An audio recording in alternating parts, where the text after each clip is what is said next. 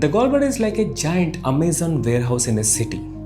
It temporarily stores products shipped by the sellers, then dispatches them to customers when orders arrive. In our body, one of the main products is a chemical called bile acids. It is made by the liver and is stored in the gallbladder. It's ready to help digest fats when your intestines send the order.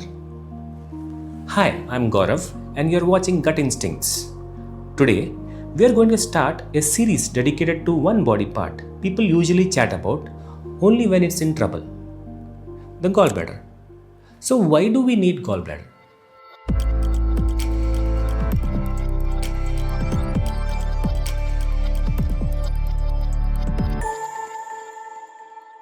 The gallbladder is a small balloon-like sac, something like this. It's located in the upper right part of your abdomen, just beneath the liver.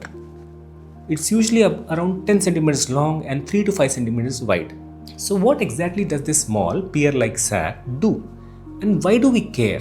Let's start with some history and etymology. The word gallbladder comes from Old English, gala, meaning bile, and bladder, an old term for pouch. They started calling it that way in the late 1600s.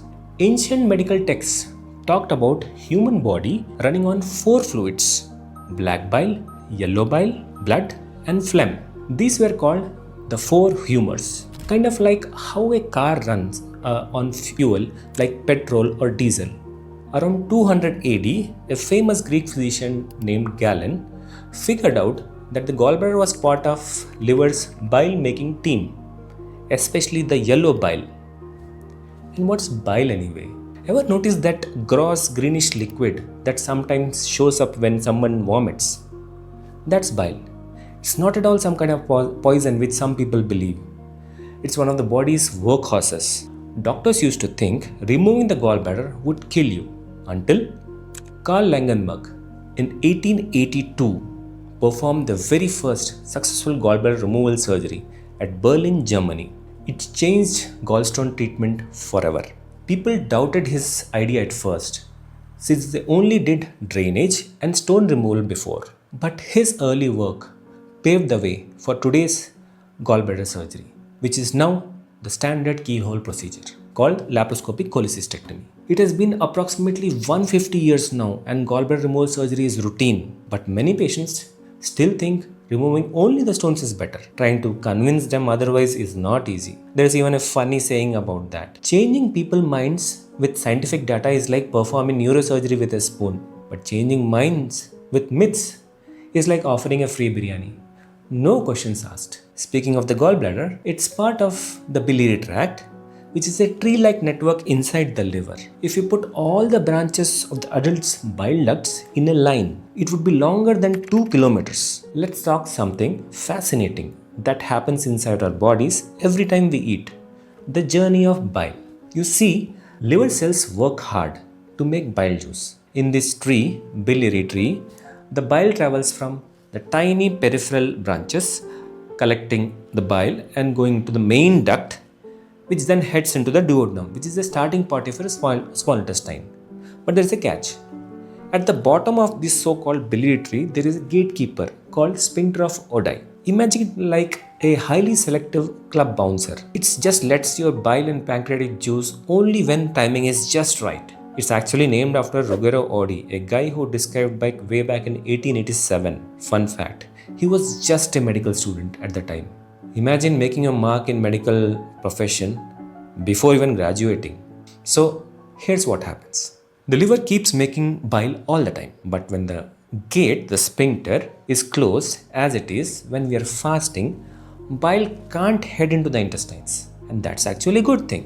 It means bile gets backed up and stored in the gallbladder. Now when we are not eating, the gallbladder acts like a superhero's sidekick, that is it stores and concentrates bile. Fast forward to mealtime. Once we eat something, especially fatty and a bit protein-rich food, we send a signal. The gallbladder squeezes, the sphincter of Oddi relaxes, and our concentrated bile rockets off into the duodenum, ready to work on its magic on our food. So the next time you think about digestion, remember, there's a fantastic choreography happening between the liver, gallbladder, sphincter of Oddi and intestines. This helps keep things moving behind the scenes. Your liver makes about 750 to 1000 ml of bile daily, but the gallbladder only holds about 40 to 50 ml.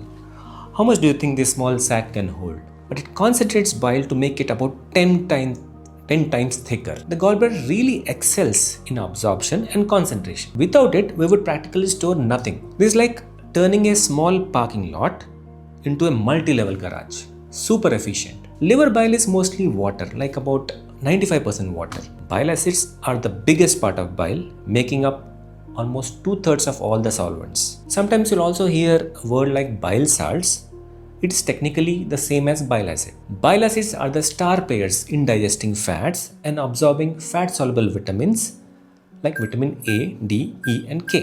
Bile acids break down fat globules in our food, kind of like a detergent. They help mix fat with water in your gut, so the digestive enzymes can work on them. Otherwise, the big fat globules in our food, they just skip digestion and absorption, and they're excreted just like that in the stools. Now try to grab an oil droplet in a glass of water with your fingers. It's just not possible. The enzymes in our gut would have a similar struggle without bile acids. Think of a washing machine. The detergent helps get the oily stains out by mixing them with water. Similar mixing of dietary fat and gut enzymes happens inside our intestines. Now imagine having a magic detergent that, apart from getting the oily stains out, it's almost completely retained by the washing machine after every wash. We reuse it with every fresh load. If you are into tech, SpaceX Falcon 9 rocket is another example. They said reusable rockets were impossible, but now they are routinely used. That's what bile acids in bile do. Precious stuff, bile acids that gets reused again and again. Our bodies only have a small amount of these crucial bile acids, and our intestines reabsorb almost all of them after digestion and send them back to the liver. In fact, while fasting, gallbladder stores up to 90% of your bile acids, squeezing them out after meals when fats and proteins arrive. Think of it like a balloon filling with bile and then emptying repeatedly during your meals. It fills and then empties and fills and empties many times. Such efficiency. So the next time your boss says that you are not efficient, tell him that your gallbladder is. Interesting fact. Some mammals don't have gallbladders at all, like horses, deers and rats. Instead, their livers pour bile continuously into their intestines, which fits their grazing lifestyle. Since horses are almost always grazing and taking small amount of fat, their bodies have evolved to constantly release bile from the liver. Nowadays, with all the instant food apps that deliver food in minutes and 24/7 entertainment in our pockets, I guess we humans are becoming grazers. Maybe in a few thousand years of evolution, humans won't have gallbladders anymore. People like talking about their hearts, livers, skin, muscles and whatnot. But the gallbladder? Unfortunately, we only notice it when things go wrong. And then we surgeons get rid of the gallbladder. The gallbladder is just like those underrated, underappreciated, but very hardworking and efficient employees who never get a raise.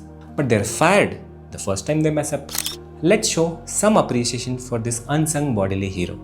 Well, I hope this gave you a decent understanding of this small but efficient organ, the gallbladder. I believe I could also highlight an important aspect of bile acid that is closely linked to the gallbladder, but it rarely gets discussed in popular media. We will dive deeper in our upcoming videos. See you next time on Gut Instincts. Bye.